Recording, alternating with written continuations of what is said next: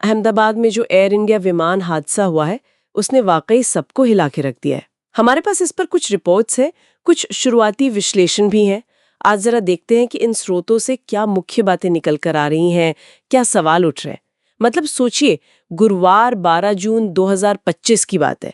Air India की flight AI-171 Ahmedabad से London के लिए उड़ी और बस टेक ऑफ के थोड़ी ही देर बाद एक रिहायशी इलाके में, मतलब एक मेडिकल कॉलेज हॉस्टल पर गिर गई। ये तो बहुत ही भयानक है। हाँ, और जो बात सबसे ज्यादा परेशान करने वाली है वो है इसमें हताहतों की संख्या। जो शुरुआती खबरें आईं उनके हिसाब से प्लेन में 241 लोग थे और उनमें से सिर्फ एक यात्री ही बच पाए। विश्वश कुमार रमेश ब्रिटिश नागरिक हैं वो। सिर्फ एक? हाँ, लेकिन दुखद बात यह है कि ये सिर्फ प्लेन तक सीमित नहीं रहा। जहां विमान गिरा, मतलब जमीन पर, उस हॉस्टल में भी, वहां भी करीब 30 से 38 लोगों की जानें गईं, ऐसा रिपोर्ट्स बता रही हैं। 30 से 38 लोग जमीन पर? हाँ, ये तो बहुत ही ज्यादा है। बिल्कुल। तो कुल मिलाकर ये जो आंकड़ा है वो करीब 270, शायद 274 तक पहुंच रहा है। बहुत बड़ा नुकसान है ये। ये तो सच में कल्पना से परे है। अच्छा, तो जमीन पर इतनी मौतें, क्या शुरुआती रिपोर्ट्स में कुछ अंदाजा है कि विमान ठीक कैसे गिरा होगा और इसकी जांच कौन कर रहा है? हाँ, देखिए, जांच तो तुरंत शुरू हो गई। भारत की जो अपनी एजेंसी है, एयरक्राफ्ट एक्सीडेंट इन्वेस्टिगेशन ब्यूरो, यानी AAIB, वो इसकी मुख्य जांच कर रही है। अच्छा, AAIB? हाँ, लेकिन क्योंकि विमान बोइंग का था, 787 ड्रीमलाइनर, तो अमेरिका की एजेंसी NTSB वो भी इसमें शामिल है। और क्योंकि जो जीवित बचे यात्री हैं और कई दूसरे यात्री भी ब्रिटिश नागरिक थे, तो ब्रिटेन की AAIB भी मदद कर रही है। तो मतलब अंतर्राष्ट्रीय स्तर पर जांच चल रही है। बिल्कुल, ये स्टैंडर्ड प्रोसीजर होता है ऐसे मामलों में। और जांच में कुछ शुरुआती संकेत मिले हैं? मतलब किस दिशा में जा रही है जांच? देखिए, बहुत शुरुआती है, लेकिन जो पहला ध्यान जा रहा है वो है दोहरे इंजन की विफलता के सिद्धांत पर, मतलब ड्यूअल इंजन फेलियर। दोनों इंजन फेल? हाँ, ऐसा शक है। और इसका एक बहुत बड़ा संकेत ये मिला है कि विमान का रैम एयर टरबाइन, जिसे RAT कहते हैं, वो तैनात पाया गया। RAT, ये क्या होता है? ये RAT एक तरह का छोटा इमरजेंसी टरबाइन होता है।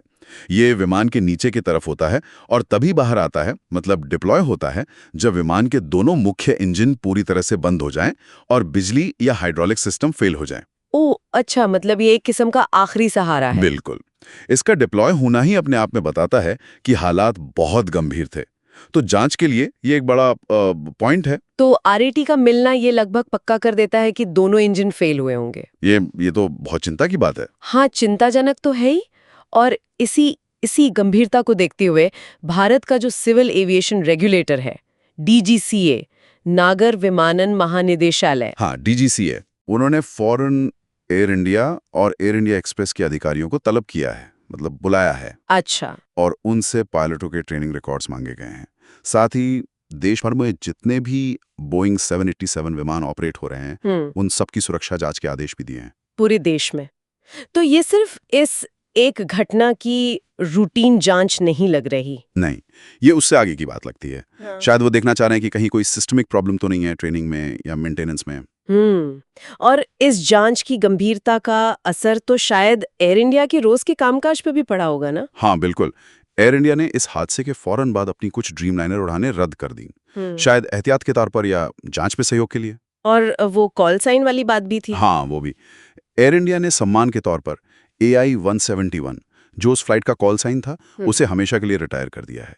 मतलब अब इस नंबर से कोई और उड़ान कभी ऑपरेट नहीं करेगी। समझ गया। और इन सब तकनीकी बातों और जांच के बीच वो मानवीय पहलू भी है। खबरें आ रही थी कि छात्र आग से बचने के लिए हॉस्टल की बिल्डिंग से कूद रहे थे, बचाव कर्मी लगे हुए थे। बहुत दर्दनाक मंजर रहा होगा। हाँ, वो पहलू तो बहुत ही दुखद है। वो तस्वीरें, वो कहानियां बहुत विचलित करने वाली हैं। और अगर थोड़ा हटकर देखें, मतलब आर्थिक नजरिए से, हाँ, तो इस घटना से बहुत बड़े बीमा दावे सामने आने की उम्मीद है। एक्सपर्ट्स कह रहे हैं कि ये शायद भारत के एविएशन इतिहास के सबसे महंगे क्लेम्स में से एक हो सकता है। अच्छा, तो मतलब इसके कई सारे पहलू हैं।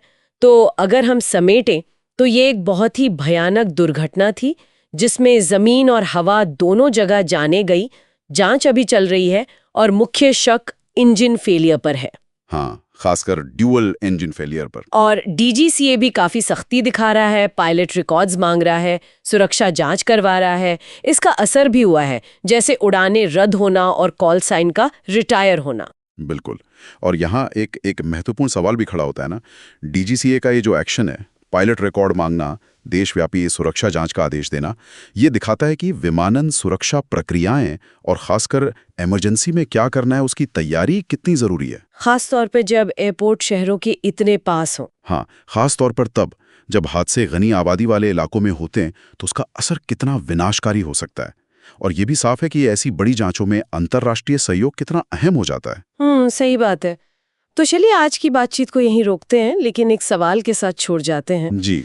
जब ऐसी भयानक दुर्घटनाएं शहरों के बीचों बीच हो जाती हैं, तो क्या ये हमें सोचने पर मजबूर नहीं करती कि हमारे मौजूदा हवाई सुरक्षा के नियम कायदे और हमारी आपातकालीन प्रतिक्रिया की योजनाएं क्या वो पर्याप्त हैं?